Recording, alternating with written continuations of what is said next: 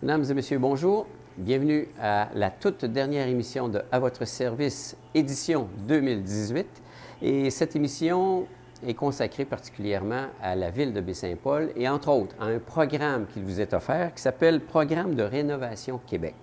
Alors, pour nous en parler, nous allons recevoir Mme Diane Lemire, qui elle est directrice du service de l'urbanisme et du patrimoine pour la ville de Baie-Saint-Paul. Et vous allez voir un programme fort intéressant qui peut-être va vous permettre d'améliorer votre chez vous tout en économisant des sous.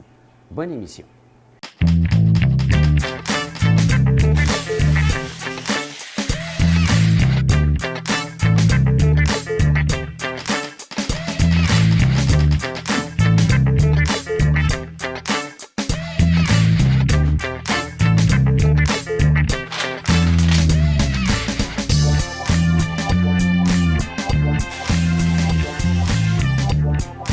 Madame Diane Lemire, directrice du service de l'urbanisme et du patrimoine de la ville de Baie-Saint-Paul. Bien le bonjour. Bonjour. Ça fait plaisir de vous accueillir. Vous savez que c'est notre dernière émission de la saison 2018.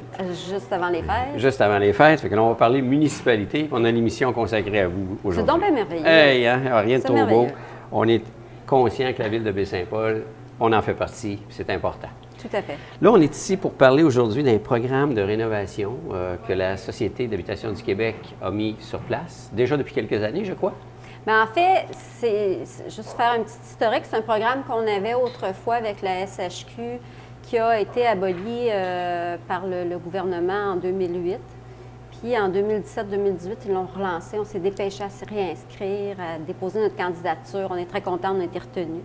Puis là, on est rendu à notre deuxième année avec eux, un programme de subvention. OK. Donc, il y a eu un gap, on peut l'expression, une coupure, effectivement, de quasiment 10 ans. Oui, tout à fait, tout à fait. Alors, c'est quoi ce programme-là, juste? Bien, le programme de rénovation Québec, en fait, comprend deux volets. Il y a un volet d'intervention sur les bâtiments patrimoniaux. En fait, ça comprend toutes les interventions qu'on va faire sur l'enveloppe extérieure du bâtiment, au niveau du revêtement des murs, toits, les portes, les fenêtres, encadrement, tous les éléments d'ornement, galeries, escaliers, en fait. Tout ce qui L'apparence concerne extérieure. l'apparence extérieure du bâtiment. Rien à l'intérieur. Pas ce volet-là. OK. On a un autre volet qui est sur, en fait, je dirais, le confort du logement, qui touche les interventions éco-énergétiques, salubrité du bâtiment, sécurité.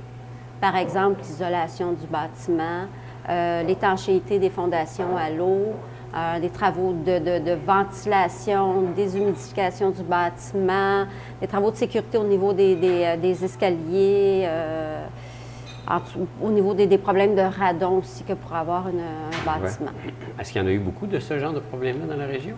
Il n'y a pas eu de demande de subvention à cet effet-là. OK, OK. Alors, donc, on parle de patrimoine, donc on parle nécessairement d'habitations qui datent, là, qui ont un certain âge. Là. Oui, pour le volet patrimonial, il faut que le bâtiment ait été construit en 1955 ou moins.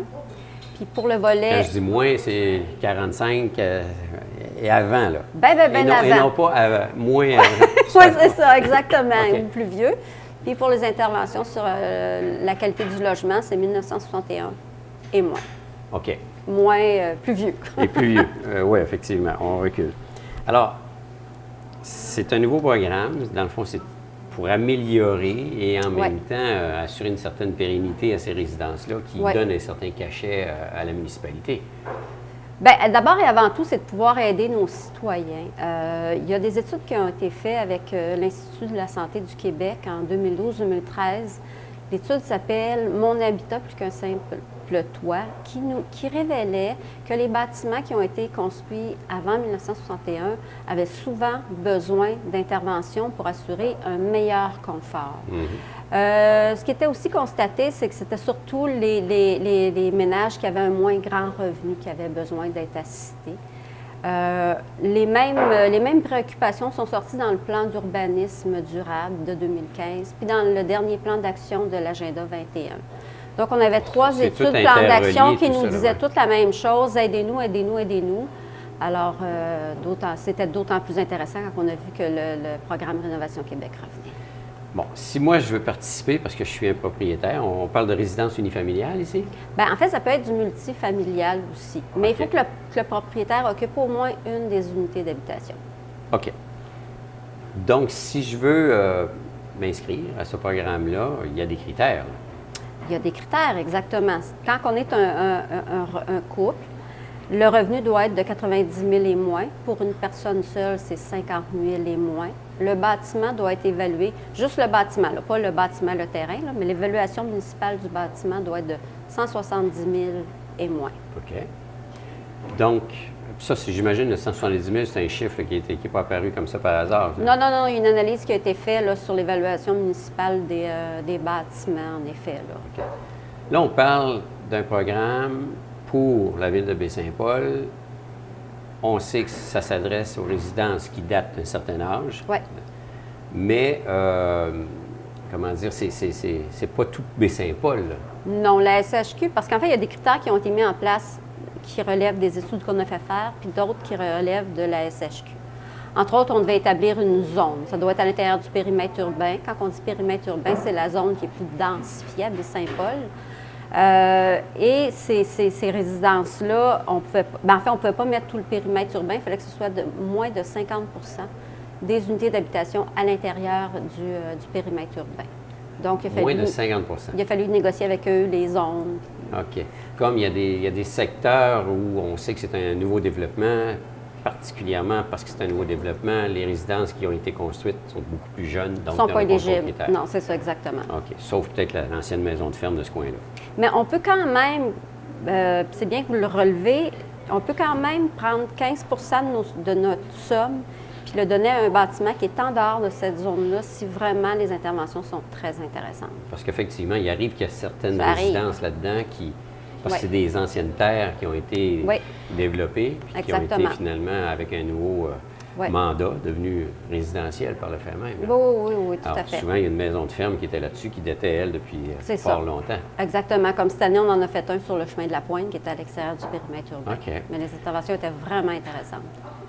Là, on parle il y a une assiette budgétaire qui est allouée. Elle est définie, elle, là, cette assiette-là. Oui, en fait, la Ville met 51 000 et la SHQ met 51 000. Donc, on a un beau 102 000 à donner en subvention.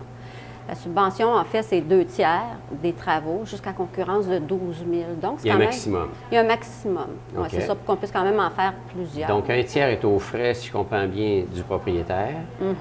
Et les 2 tiers peuvent être subventionnés. Exactement. Jusqu'à concurrence de 12 000, par contre. On ne dépasse pas ce montant-là. Oui, parce que là, quand on tombe dans des résidences qui ont un certain âge, pour l'avoir déjà vécu, puis tu fais des travaux, il y a des surprises. Ces surprises-là, finalement, si elles... finalement, on essaie de les éviter, les surprises. Donc, si je m'inscris, là, il y a toutes des étapes à franchir. Est-ce que je réponds aux critères? Est-ce qu'il y a quelqu'un qui vient voir ma résidence puis ça a du bon sens par rapport à ce que tu planifies faire? Comment ça fonctionne? Oui, en fait, c'est ça. Pierre-Olivier, qui est notre inspecteur, qui est en charge de tout le volet patrimonial, en plus, à la ville de Baie-Saint-Paul. On a la chance d'avoir quelqu'un qui a une formation en architecture, donc qui s'y connaît. Alors, c'est lui qui va faire l'inspection au moment de l'inscription, suite à l'inscription. Pendant les travaux, quand tu es retenu, pendant les travaux, il va aller faire une tournée d'inspection, s'il être sûr que tout va bien. Et à la fin, pour être sûr que les travaux sont conformes à l'entente qu'on a signée avec le propriétaire. OK. Lui, il voit les travaux, mais c'est pas lui qui met le coût des travaux. Là. Il faut faire une soumission. Oui, bien, en fait, le propriétaire doit déposer, quand il est retenu, il doit déposer 2 soumissions. OK. Il doit faire 2 soumissions. Pour avoir un comparable. Exactement. Parce qu'il y en a qui peuvent peut-être charger 16 000, puis l'autre peut-être être à 8 000. Oui, mais on a la chance quand même, ça nous a été fourni par le ministère de la Culture, d'avoir une liste qui établit un barème des coûts par intervention, même au niveau de l'isolation, au niveau de fondation. Il y a des standards. Il y a des standards, ça fait qu'on sait à peu près, là, ça tourne autour de combien. Parce que pour rénover, il faut défaire, puis ensuite refaire. Ah oui. Non, c'est pas du neuf qu'on fait, là. Non. OK.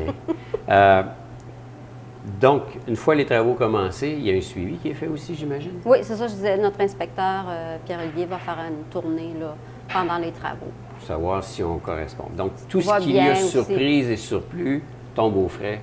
Bien, malheureusement, oui. Malheureusement. Même si c'est une surprise, même si ça a été inspecté avant. Oui, malheureusement, ça fait partie des critères sur lesquels on peut malheureusement pas jouer, qu'on aimerait beaucoup, beaucoup, beaucoup. Mais à partir du moment où le dossier est retenu, on doit déclarer les sommes qu'on va donner à la SHQ. Puis à partir du moment qu'on les a données à la SHQ, on ne peut plus bouger. C'est ça. Donc, ça ne s'étire pas, ces budgets-là. Non, on aimerait bien ça, mais non. Donc, de là, l'importance de bien planifier ces travaux avant de les faire pour s'assurer que ce qu'on va faire correspond réellement au budget. Oui, tout à fait. OK. Est-ce que, là, on disait, il y a eu un trou, on peut l'expression, de 10 ans, parce que le programme avait disparu.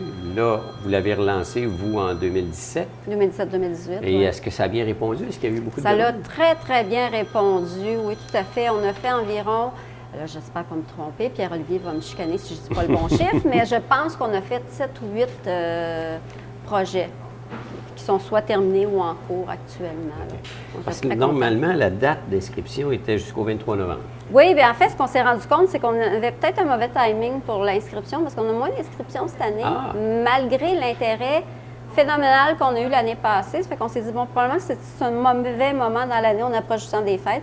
Fait qu'on l'a prolongé jusqu'au 25 janvier pour donner la chance à un plus grand nombre de résidents de s'inscrire au programme. Donc, prenez-le pour acquis, mesdames et messieurs. Là, si vous avez une résidence qui correspond aux critères et que vous voulez faire des travaux, on a jusqu'à quelle date encore? 25 janvier. 25 janvier. Donc, on peut prendre le break des fêtes, puis, puis célébrer en famille. Puis si vous n'êtes pas sûr, vous pouvez vous inscrire pareil. Nous, on va le vérifier.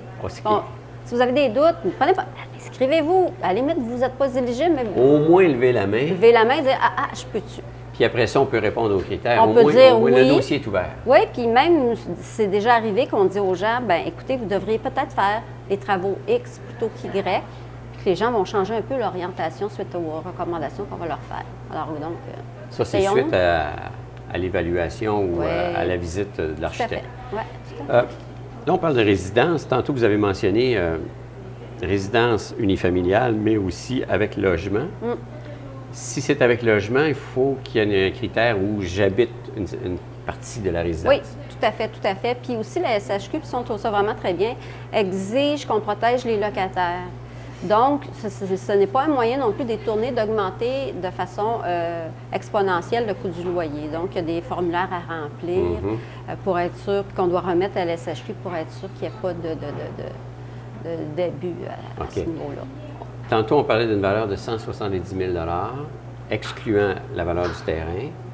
Si j'ai une résidence unifamiliale, c'est correct, mais si j'ai une résidence à loyer, ça peut aller plus que 170 000 Oui. Ensuite, on rajoute 30 000 par unité de logement supplémentaire. Oui, triplex, donc ça serait 170 000 plus 30 plus 30. C'est ça, exactement. OK. Donc, ça donne quand même une marge de manœuvre là, pour pouvoir s'y inscrire. Oui. Puis le formulaire est disponible sur le site Internet de la Ville. Bien oui, ça, donc c'est accessible en tout temps. Tout temps. Est-ce qu'on peut le remplir directement sur le site ou il faut le télécharger pour ensuite... Là, j'ai un blanc de mémoire. OK. J'ai un blanc de mémoire.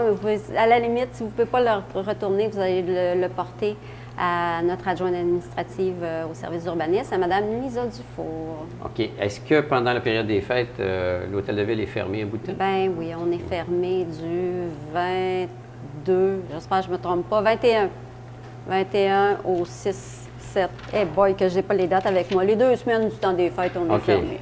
On est off. Ouais. Donc, c'est d'ailleurs pour ça qu'on a fait ça jusqu'à un peu plus tard au mois de janvier. Oui, tout à fait. On a laissé un peu plus de temps. Vous avez pris en considération aussi le temps des fêtes. La vie municipale. Le temps oui, des c'est fêtes ça. comme tel. De toute façon, dans le temps des fêtes, les gens ont bien autre chose à faire que ça. Ça, c'est un programme où aujourd'hui il est offert. Ça ne veut pas dire que l'an prochain, il va l'être. Non, on ne le sait pas d'une année à l'autre. Donc, on ne peut pas, en tant que propriétaire, dire, bon, ben, cette année, je ne suis pas prêt, je vais attendre l'an prochain. Hey, on aimerait tellement ça, là. Mais malheureusement, la SHQ nous l'annonce à haut compte-goutte année après année. Avec le nouveau gouvernement, est-ce qu'ils sont ouverts à ce niveau-là? Vous n'avez pas de feedback? On ne sait pas. Celui-là, Mme Foster pour dire, voilà. Ce programme-là a été annoncé sous l'ancien gouvernement. Oui, c'est ça. On s'est inscrit. Quand il était annoncé, est-il toujours annoncé en début de leur année fiscale gouvernementale, eux autres? À peu près, oui. Nous l'ont annoncé, je dirais peut-être autour du mois de mai, juin de cette année qui le renouvelait. On s'est dépêché à s'y réinscrire. Est-ce qu'il y a d'autres programmes orientés vers de la réno qui pourraient s'appliquer à d'autres types de résidences qui sont également offertes, là, pour ceux qui n'ont pas une résidence qui date d'un certain âge? Actuellement, la Ville, non, mais on essaie peut-être d'en avoir un autre. Mais je vais me garder une petite gêne parce qu'on essaie. On va attendre de voir ce que le palier gouvernemental va nous dire. Tout ça rentre aussi dans la politique du développement durable, l'Agenda 21 et compagnie de la Ville. Oui, puis aussi d'être là, d'accompagner nos résidents puis de les soutenir là, dans leurs efforts de mise à niveau de leur propriété. Puis d'autant plus que je regarde, j'ai un plan de mémoire, les amis des aînés, les municipalités amis des aînés, MADA, qui veulent davantage faire en sorte que les gens puissent vivre le plus longtemps possible. Absolument. Dans leur résidence. Même le CIUS en fait la promotion. Ouais. Alors, faire en sorte que si j'améliore mon confort, Ben oui, dans le fond, j'améliore ma qualité de vie. Là, tout à fait, tout et à fait. potentiellement ma durée de résidence. Exactement. Puis on a aussi un programme, je suis pas en charge de ce programme-là, c'est Mme Lucerne Tremblay. Au développement durable, on a quand même un programme d'accès à la propriété aussi qui se fait, là, elle pourrait vous donner les détails si vous avez envie d'en jaser. Donc, la municipalité est là pour aider. Elle est très heureuse de pouvoir le faire avec ce programme-là. Tout à fait. C'est la deuxième année parce que ça a parti en 2017, suite au trou qu'il y avait eu pendant 10 ans. Oui. Dans le fond, c'est de dire aux gens, inscrivez-vous dès maintenant, puis si vous n'avez pas le temps de remplir les documents, bien, au moins votre dossier est ouvert. Exactement. Puis à partir de là, même si on donne suite à ça en février ou autre, on est toujours correct dans le fond. Absolument, absolument. Bon, ben là, on va passer des bonnes fêtes. Bien, c'est comme un cadeau de Noël après Noël. Bon. On l'a appris avant. On sait c'est quoi potentiellement notre cadeau. On ne connaît pas le prix, mais on connaît le cadeau. On sait qu'on a une chance. Ah, bien, c'est génial. Bien, Madame Lemire, merci beaucoup. Bien, ça me fait plaisir. Et joyeuses fêtes à vous. Bien, vous aussi. Et bon, bonne période des fêtes comme telle, là, et à tous vos collègues de travail à la municipalité. Merci. Merci. Au revoir.